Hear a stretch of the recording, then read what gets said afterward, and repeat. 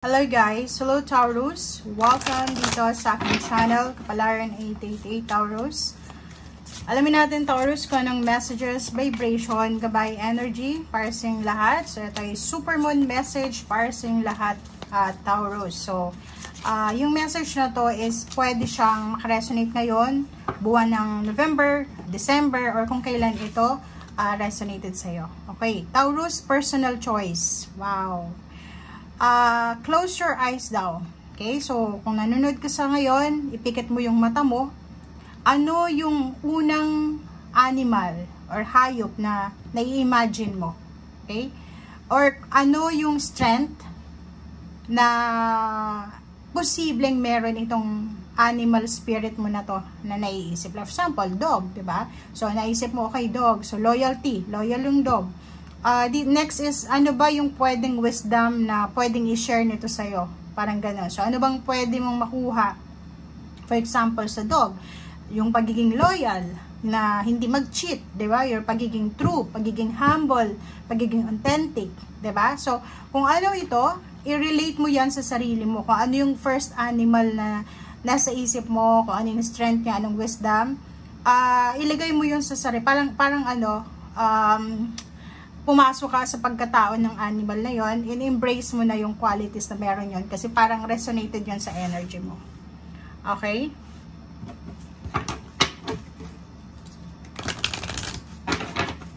Okay, Taurus. Next card is Sagilite. Own your divine power. So, same din dito. Embrace this quality. So, parang ano, yung pagiging authentic, pagiging humble, pagiging you, pagiging ikaw, yun yung kailangan mong yakapin. So, dito, own your divine power. Okay? Kailangan mo nang baguhin, Taurus, yung pagiging people pleaser mo. Okay? Sinasabi sa'yo dito, you are empowered. Bakit mo kailangan i-please yung mga tao sa paligid mo? Ano ba yung rason? Natatakot ka na may sabihin silang masama sa'yo? Natatakot ka sa sasabihin nila? Isipin mo na dito sinasabi na own your divine power. Okay? Kailangan mong maging totoo. So, resonated sila sa bawat isa. Maging totoo ka sa nararamdaman. Kung malungkot ka, naiinis ka, masaya ka, ipakita mo. Show the world the real Taurus. Okay? Yung qualities mo. Kung may magkagusto sa'yo, o kung may ayaw man, bahala na sila, sa kanila na yon. Kasi, ang mas importante, ipinapakita mo kung ano ka. Okay? Iwasan mo yung people pleasing. Yun yung sinasabi. Huwag mong i-please yung mga tao sa paligid mo. Kasi, napakahirap ng sitwasyon yung nagpi-people please. Kasi parang, wala kang freedom. Gagawin nila yung lahat na magagawa nila na hindi man lang iniisip yung kalagayan mo. Kasi, alam nila na people pleaser ka. Pero pag alam nilang wala kang pakialam, wala din silang pakialam. So, magagawa mo kung ano yung gusto mong gawin. Okay? Okay, Taurus. So, nakikita ko siya dito, Taurus, na isang good news, isang napakasaya, napaka-happy news. Happy news to eh. Siya yung pinakamasayang baraha sa lahat ng tarot. Okay? So, sinasabi siya dito, isang napaka-happy news, happy information, events, na posibleng mangyari sa'yo or darating sa'yo na posibleng related sa money. Isa sa mga wini-wish mo, like financial wish na posibleng matupad mo or posibleng on the way na yung financial security, prosperity na inaasam-asam mo. So, pwedeng makakatanggap ka ng pera or makakabayad ka na ng utang mo or posibleng may taong gustong mag-share sa'yo ng blessings, may 13-month pay, payouts, inheritance, lahat ng sources ng financial dito. Okay? And nandito yung Empress, yun, new beginnings. Take care of your body, physical, mental, emotional, lahat ng health sa buhay mo. Kasi diba, financial health, emotional health, kailangan mong unahin sarili mo. Hindi sa pagiging selfish, pero sinasabi sa'yo dito, Taurus, na make sure na unahin mo muna sa ngayon ang trabaho mo, ang sarili mo, unahin mo ang kaligayahan mo. Okay? So, nakikita natin dito na may mga Taurus na sobrang busy sa kanilang ginagawa. Occupied. Wala silang oras sa kahit na ano. So, yun, doon ka mag-focus. Nakikita ko sir dito na may mga